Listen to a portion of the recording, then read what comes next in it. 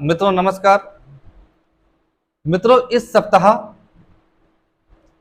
कश्मीर में पड़ोसी मुल्क पाकिस्तान से आए आतंकवादियों से और वहां के लोकल आतंकवादियों से लगातार कई दिनों तक कई स्थानों पर मुठभेड़ हुई हमारे जवानों की। इसमें हमारे मेजर मनप्रीत सिंह, आशीष धोनक जी सहित कई हमारे जवान बलिदान हो गए इस भारत माता पर। मित्रों, राष्ट्र धारक दल हमारे सभी बलिदानी जवानों के प्रति, उनके परिवार के प्रति संवेदनाएं व्यक्त करता है और साथ ही राष्ट्र धारक दल ने अपने एजेंडे नंबर 5 पर इस समस्या के समाधान के लिए न केवल कश्मीर बल्कि भारत के हर एक सीमावर्ती राज्य में इस प्रकार की जो समस्याएं हैं इनके समाधान के लिए एक बहुत बड़ी घोषणा करी।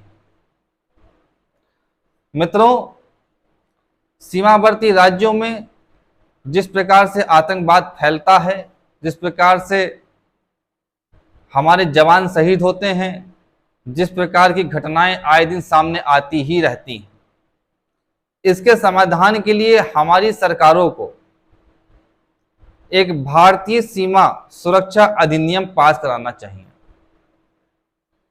इसके तहत अंतर्राष्ट्रीय सीमा, भारत की जितनी भी अंतर्राष्ट्रीय सीमा है उस सीमा से 50 किलोमीटर की दूरी,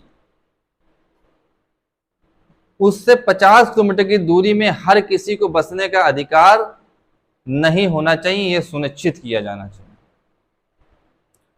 मित्रों, भारत, हमारा जो भारत देश है जिसमें हम रहते हैं, पूरब से पश्चिम तक इसकी दूरी लगभग 3,500 किलोमीटर की है।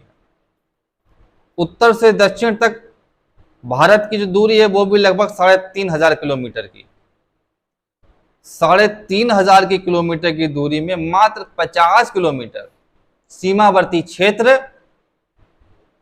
विदेशी सभ्यता संस्कृति के मानने वाले लोगों को वहां पे बसने का अधिकार ना दिया जाए, केवल भारतीय सभ्यता संस्कृति को मानने वाले लोगों को ही 50 किलोमीटर के दायरे में रहने का, बसने का, व्यापार करने का, कृषि करने का, जॉब करने का अधिकार मिले। यदि ऐसा बिल पास हो जाए हमारे संसद में तो 90% तक घटनाएं आतंकवाद की, हवाला कारोबार की, स्मगलिंग की, देश में हो रहे षड्यंत्र की, भारत के विभाजन को लेकर के, ये समाप्त हो जाएंगी। 90% तक कमी आ जाएगी। जिन जिन राज्यों में, जिन जिन जिलों में 90 ऐसे जिले हैं जो सीमावर्ती जिले हैं, भारत की सीमाओं पर हैं,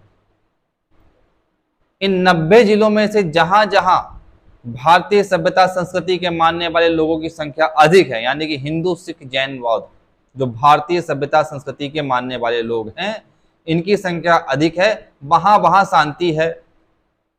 और जहां जहां विदेशी सभ्यता संस्कृति के मानने वाले लोगों की संख्या अधिक है, इस्लाम और ईसाई के मानने वालों की संख्या, ये विदेशी सभ्यता संस्कृति है, कम्युनिस्ट विदेशी सभ्यता संस्कृति है, मार्क्सवाद। जहां पे इन लोगों के मानने वालों की संख्या अधिक है, जैसे कि पश्चिम बंगाल के सीमावर्ती जिले, कश्मीर के सीमावर्ती जिले, केरल के सीमावर्ती जिले, इन राज्यों की समस्या बेहद गंभीर है। यहां आतंकवाद पांव पसारता ही रहता है। आतंकवादी घटनाएं, राष्ट्र विरोधी घटनाएं, रोहिंग्या मुसलमानों की घुसपैठ, बांग्लादेशी मुसलमानों की घुसपैठ निरंतर चलती ही रहती है।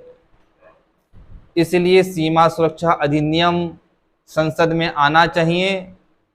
राष्ट्रीय धारक दल ने अपने एजेंडे नंबर 5 में इस बात की घोषणा करी है और सीमावर्ती जिलों को बाहरी सभ्यता संस्कृति के मानने वालों को अलग शिफ्ट किया जाना चाहिए और वहां पे भारतीय सभ्यता संस्कृति के मानने वालों लोगों को कम से कम उनकी आबादी 75% हो, ऐसा सुनिश्चित किया जाना चाहिए। इससे हमारे देश की सीमाएं बहुत अच्छे से सुरक्षित हो जाएंगी और आतंकवाद 90% तक खत्म हो जाएगा। घुसपैठ की घटनाएं 90% तक कमी आ जाएगी।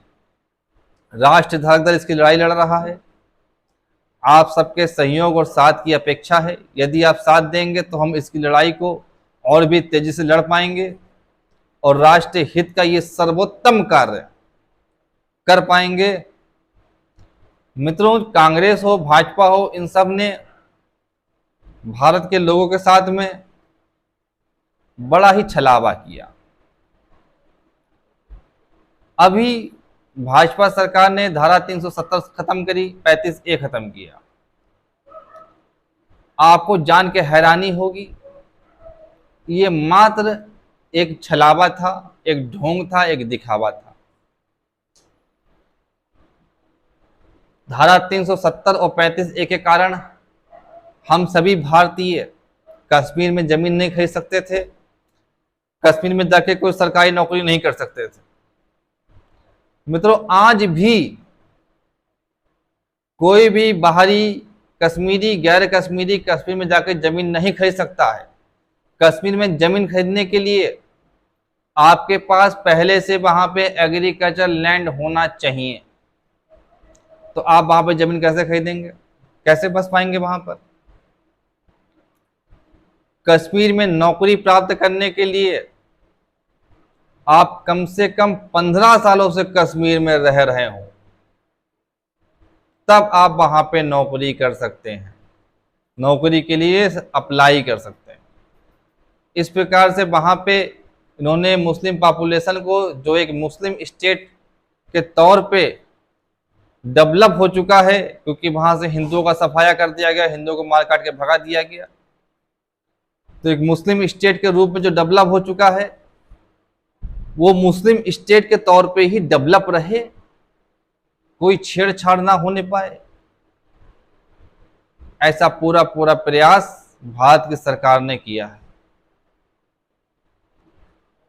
मित्रों, इन्हीं सब कारणों से राष्ट्रीय धारक दल का उदय हुआ है।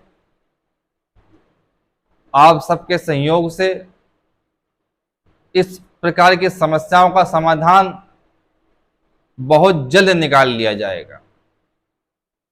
नमस्ते।